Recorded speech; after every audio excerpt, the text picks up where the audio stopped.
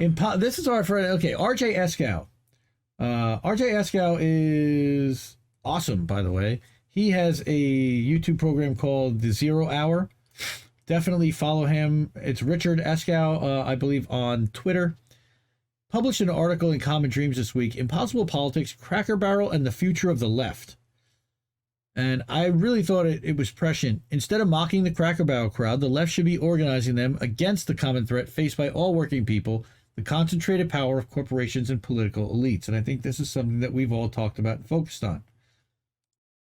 All right. And what's happening here, and we're going to get into this here, and I haven't been paying attention to this because I'm not a normie, but as many people have heard by now, an online controversy erupted when the aptly named Cracker Barrel restaurant chain added a meatless sausage option to its breakfast menu, a document whose otherwise unhealthy options have arguably mass-produced more arterial cholesterol than any other industrial gourmandizing operation on earth.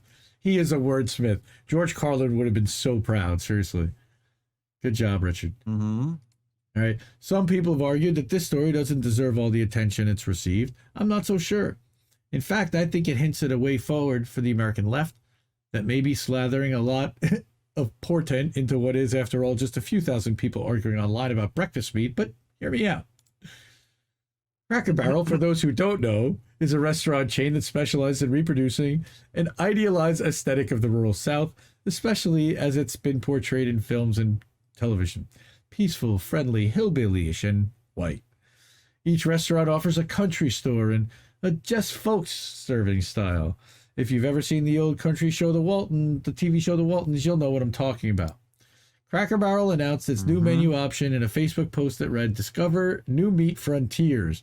Experience the out-of-this-world flavor of impossible sausage made from plants next time you build your own breakfast."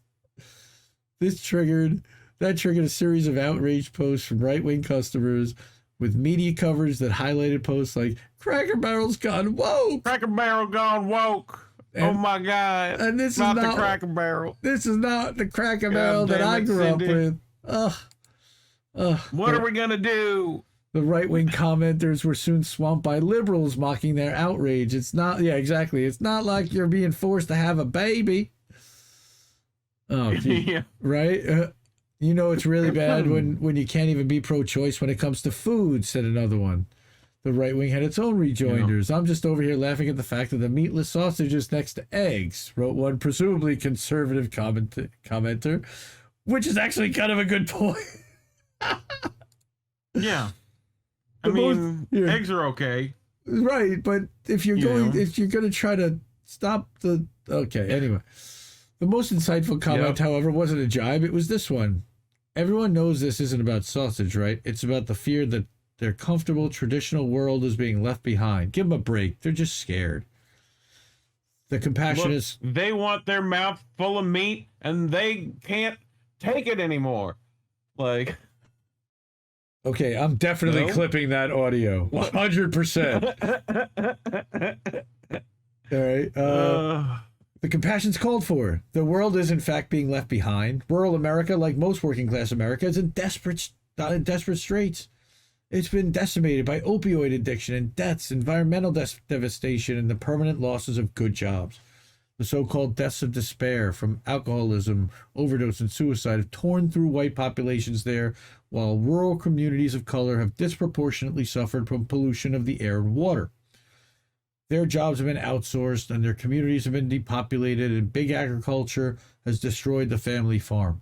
The liberals mocking them online are, in the aggregate, much wealthier than they are. True, in many ways, their world is never really real in the first place. It was a myth constructed in Hollywood and on the campaign trail to keep them pacified. That's the world that Cracker Barrel represents. The intrusion of something strange, even something as benign and environmentally necessary as plant-based food, stands for something else. A world where life-altering decisions are made for them, not by them. Hence the rage against woke corporations. Some of the angry people may be racist, but this is an in-choate rage born of powerlessness, not of racism. Okay, it's powerless. Okay, here we go. This is Jesse. This is the anthem. Okay, we played Powerless before the show. Mm-hmm. If this was primarily about race, they wouldn't be calling Cracker Barrel woke for introducing plants to the breakfast menu. Woke to them means elite, powerful, wealthy. We think we know better than you, and we can force you to do things our way. A lot of people, a lot of people whose lives have been ruined by corporations and elites don't even know what wokeism is. They just know that if politicians and corporations are selling it, they don't want it. That rage is why Republicans like Senators Josh Hawley and Marco Rubio and Ted Cruz are blasting woke corporations and woke elites for what Hawley calls a toxic blend of offshoring and woke politics, selling out American workers even as they attack American values. It's very much us versus them. Red versus blue again, while what? They run away with the green. Mm-hmm. They're all millionaires, by the way, guys. The truth is, rural people should be scared of woke corporations, not because they're woke, but because they're corporations. That's where the left comes in, or at least should. Instead of mocking the Cracker Barrel crowd, the left should be organizing them against the common threat faced by all working people, the concentrated power of corporations and political elites. Instead, too many liberals and Democrats are relying on corporations to be the engines of their social agenda. As long as corporations dominate the economic landscape, corporate action will be useful. Impossible Foods, which makes the Impossible Burger and Impossible Sausage, is funded to the tune of $75 million from, of course, Bill Gates and venture capital. But we desperately need to reduce meat consumption to save the planet, which means that its product is useful and important. But corporate activism can never be a substitute for political activism or raising collective awareness. Corporations will always place profits above all other considerations. To depend on them, in the end, is to serve their interests. It's clear that the current strategy for reaching rural and other working class people dominated by the center left has failed. A recent New York Times Siena College poll found that, as the Times' Nate Cohn put it, for the first time in a Siena Times national poll, Democrats' share of support from white college graduates was higher than for non-white voters, a remarkable sign of the shift in political energy in the Democratic Party, in the coalition. Again, it has shifted, educated, white. Nor is this shift a whites-only phenomenon. Inflation and the economy are dragging Democrats down among working-class voters, perhaps notably among Hispanic Americans. With his seemingly unfailing capacity for error, James Carville, the Raging Cajun, proclaimed that wokeness is a problem and we all know it. But the problem with woke... How dare you insult Cajuns that way? Yeah.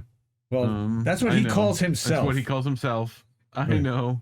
And he is an insult. And he wears LSU colors and thinks that he speaks for anybody in the South. My God.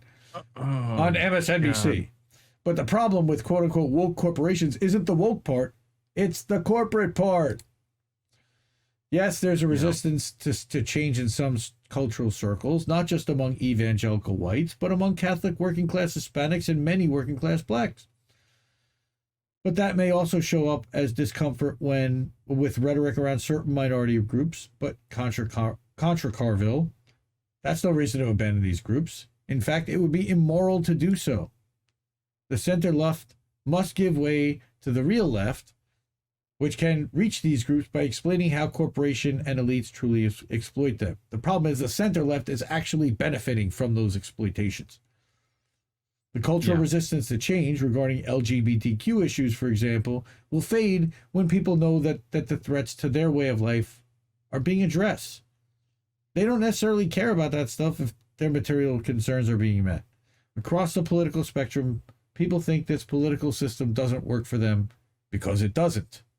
Real progress can only be made when we stop thinking that any human beings are unreachable and that a better world for all of us is impossible. Ha ha ha ha. Nice play on words there, RJ.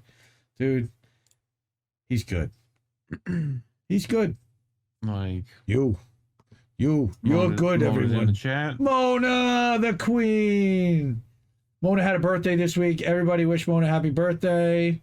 Love you, Mona. Happy birthday, Mona. Mona's the best. Um, Nobody would be on yeah, this I show mean- right now if it weren't for Mona a long time ago. I mean, I think we've said all that for a long time, you know? Yeah, I don't. It is interesting that the weird. So it's like when they get mad at Starbucks cups. It's like, Yes, it's this is frivolous. smashing their Keurigs, You know? 100%. Yep. Yeah, like okay.